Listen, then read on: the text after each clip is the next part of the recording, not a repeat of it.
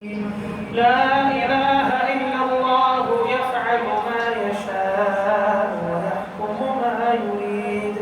لا إله إلا الله القاهر الوهاب.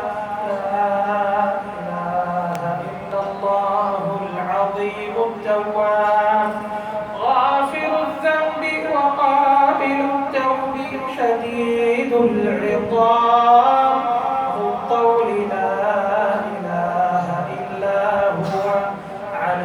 توكلت وإليه المتاب. سبحان من خلق الخلق وأحصاهم عددا.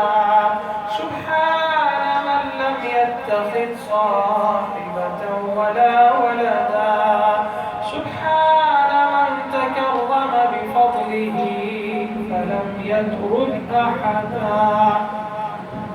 اللهم صل وسلم وبارك على نبينا وسيدنا محمد ما ذكره الذاكرون الأبرار.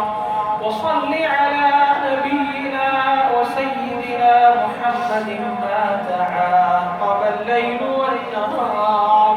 وصل عليه وعلى المهاجرين والأنصار.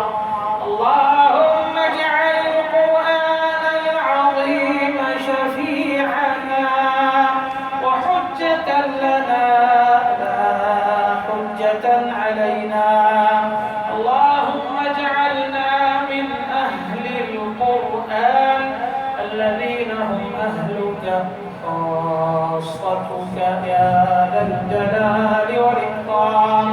اللهم اجعلنا ممن يقال له اقرأ وارتق ورتل كما كنت ترتل في الدنيا.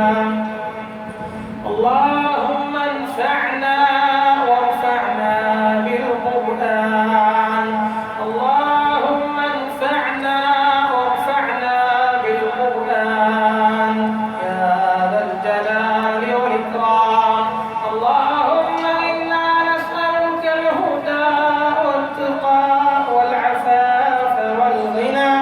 اللهم إنك عفو كريم تحب العفو فاعف عنا. اللهم إنك عفو كريم تحب العفو فاعف عنا.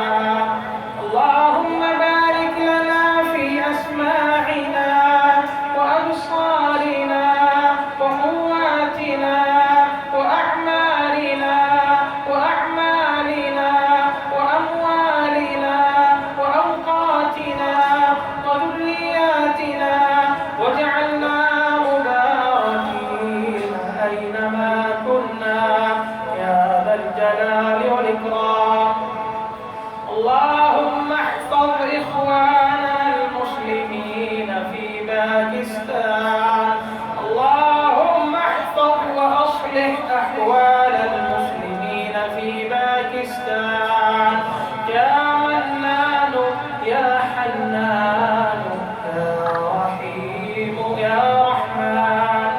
إلهنا وخالقنا ورازقنا ومولانا سمعنا وأطعنا غفرانك يا ربنا. تقبل منا إنك أنت السميع العليم وتب علينا إنك أنت التواب الرحيم.